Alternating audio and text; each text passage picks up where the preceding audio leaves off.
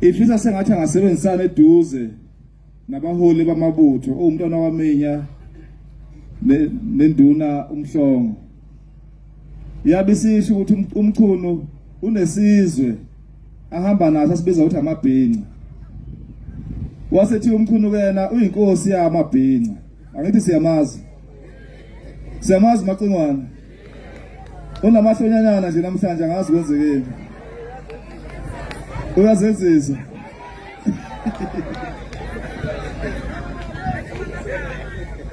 kodwa ingonyama yabesimbeka ukuthi lo mphakathi okuthiwa Wamabhinca asiwazi ukuthi uphethe ubani asiwazi futhi ukuthi ulawulwa ubani siyamuza umacingwana mayethi umongameli wawo kodwa wazabekwe uyinduna wayibeka induna yayibeka ngaleso sizathu ingonyama besithi ke umacingwana akabe omunye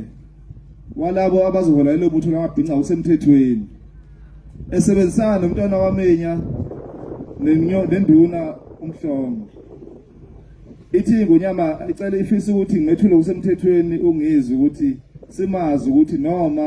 ekhuluma lapha hamba khona noma efika lapha afika khona kodwa ingonyama yamazi siyaphoxeka ukuthi uhamba yedwa namhlanje besithi phela uzohamba nawo Wamabhinca akhe lawa hamba nawo abafaka oBrentwood asiboni ngisho yedwa nje masazi bavunule namhlanje ikhona imehlo niphekile ithi inganyama yeduna zakho ngizwe ncanani bayede angazi uma ngizomnikeza ithuba kabingelele ninabesilo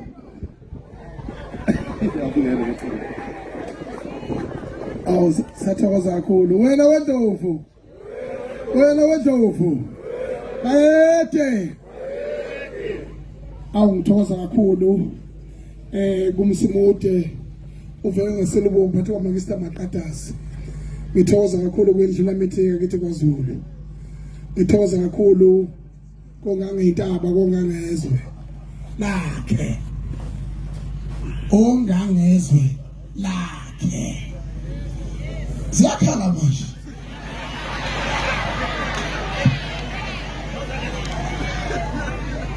ngithobe kakhulu ukubona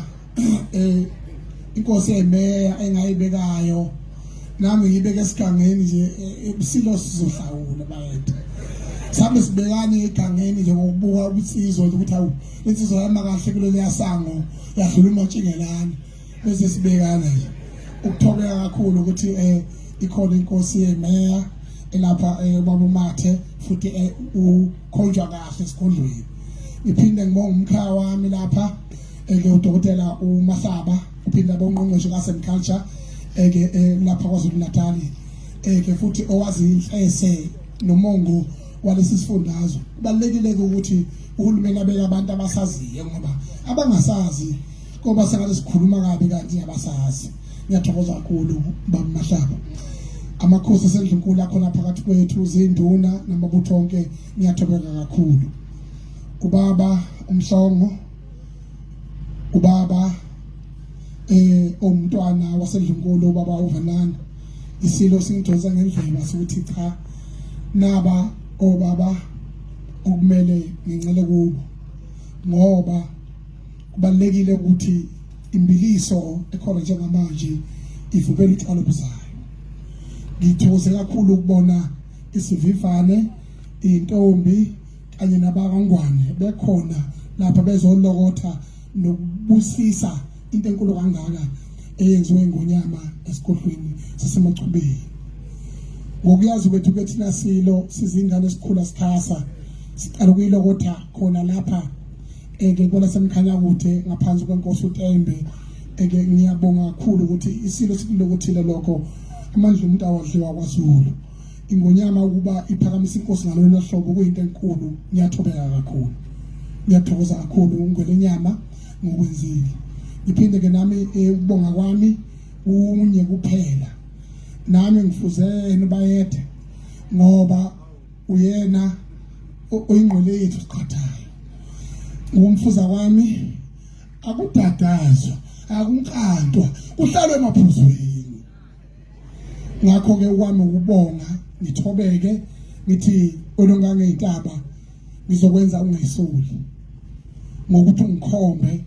phezulu kwemango nezintaba zikhona notshani obukhona kodwa ukhethe lo hlanya kunabo bonke uthi umfuna eduze kwakho. Ngiyathobeka kakhulu bayede futhi ngiyaqinisekisa ukuthi amabhinca sukume onke ngaphezulu kwayo yonke indlela noNdunankulu wakithi kwaZulu olokothwe isilo samabandla wonke uShengo sowalisa ngicela simamukele ngelikhulu ihlombe kanye nesekala lakhe ngokungangabazi. Sikufunde ukuthi la kulokothe ongangentaba kuphinde kulokothe umuntu. Uma ongangentaba ekhombe kabe emvelweni imvelo iyawubona. Silindeni sibone. Ngiyathokoza kakhulu.